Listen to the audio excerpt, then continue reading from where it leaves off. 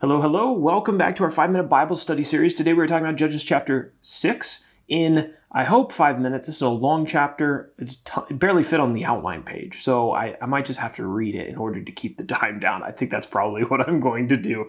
There's a lot here, though. We got a new judge to introduce, and that's our first section. As always, you can download this PDF on our website at tobelikechrist.com, so go grab that. And here we go.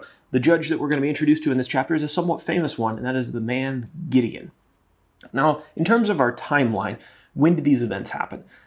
Most scholars place the period of the judges between 1450 and 1000 BC. There's some debate as to the precise dates, but almost everybody puts it within that 450-year time span. And we are covering several hundred years. We've already covered several hundred years since the book began.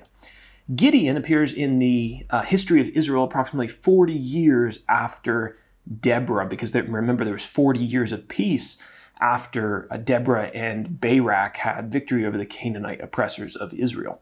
Where did these events happen? We're told that Gideon lived in a place called, Ophrah, which is not on the map. I'm not sure if anyone knows exactly where it is, but we do know that it was in the territory of Manasseh.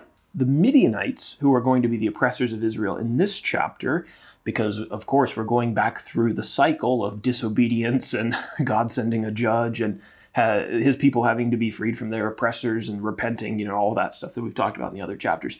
The Midianites are the oppressors here, and they gathered in the valley of Jezreel, and the Jezreel valley runs naturally close to the city of Jezreel, which you'll see there in the territory of Naphtali, the territory of Issachar. That's on the map. Okay, our characters. The Midianites, we already mentioned, they were the oppressors of Israel for 7 years. We're going to talk about the angel of the Lord, who we've talked about in a couple chapters now.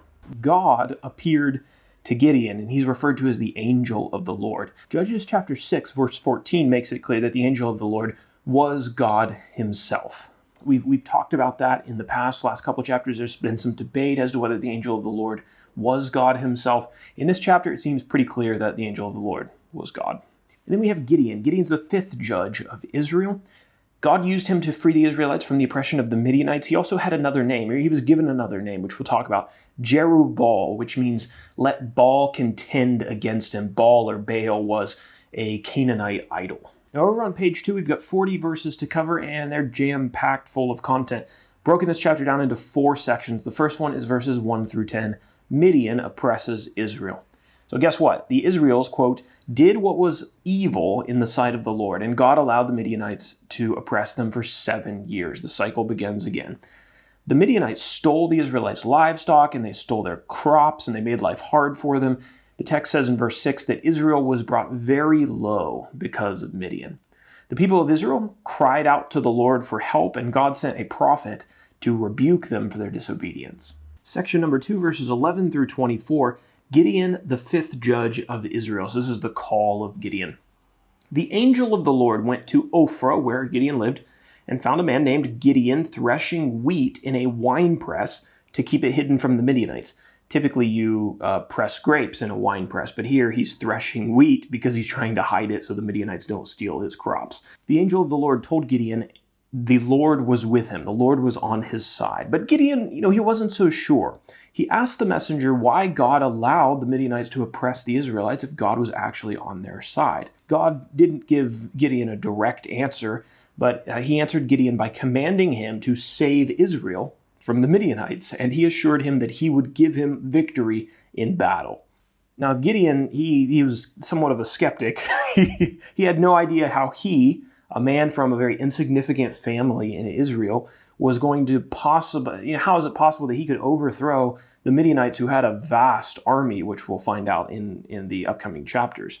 He asked the Lord to show him a sign, to assure him that it was actually God who was commissioning him to this job. So God instructed Gideon to put meat, bread, and broth on a nearby rock. And when that was done, God touched the rock with his staff, and fire came out of the rock, and it consumed the food. And after seeing this sign, Gideon looked back to the Lord, but he had vanished. Section number 3, verses 25 through 32, Gideon destroys the community idols. So that night, God came to Gideon again and told him to tear down his father's idols, the Baal and the Ashtaroth. In their place, Gideon was supposed to erect an altar to the true God and to offer one of the bulls that he used in tearing the idols down, to offer that bull using wood from the Asherah idol, or false god. And if you look up the Asherah, most people think that they were like a tree or somehow associated with trees and with wood. And so cutting this thing down would have provided him wood, and then he was supposed to offer a bull to the true God of heaven. Gideon took 10 men, and he did as the Lord commanded him. He did it during the night because he was afraid of being seen and discovered by the people in the community. But the next morning they found out anyway. When they figured out what had been done, they wanted Gideon to be put to death. Now Gideon's father, he kind of dismissed this, and he said, look, if Baal, if this Asherah, if they're real gods, they'll fight for themselves, right? You don't need to take vengeance for them. And so this fighting against Baal is how Gideon got his second name, Jerubbaal, the one who contends with Baal. And then finally, verses 33 through 40, the armies gather and Gideon asks for a sign. So the Midianites gathered their army and they camped near the valley of Jezreel. Gideon gathered men from the Abiezrites and the tribes of Manasseh, Asher, Zebulun, and Naphtali. Gideon asked the Lord for a sign to ensure that God was really with him, that this is really what he wanted done. So he laid a wool fleece on the ground, and he asked God to cover the fleece with dew, but then to leave the rest of the ground around the fleece dry. So when he woke up the next morning, the fleece was wet and the ground all around it was dry, so the sign was confirmed. But Gideon, he still wanted another sign, and he asked God for another sign. He asked God to repeat the sign, but kind of in a reverse, to leave the fleece dry and then have the ground around it be wet. And guess what happened? The next morning, the fleece was dry and the ground surrounding it was covered with dew. So that is Judges chapter 6. We've met Gideon, but he still has a lot of work to do in the next chapter. And now for our application.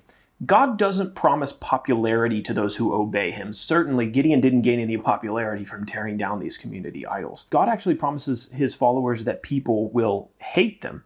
John 15, 18 through 19. So losing popularity is one of the sacrifices that followers of God are just going to have to be content with making. When you think about it, it really isn't that big of a sacrifice to make, right? Wouldn't you rather enjoy the favor of the creator of the universe than the adoration of a few more little tiny human beings, right? When you think about it in that perspective, you're like, yeah, I would definitely rather be on God's side. But in the moment, right, when people are reviling you and hating you and you're losing your popularity and the admiration of men, it is hard, but that's a sacrifice we have to be willing to make, like Gideon did.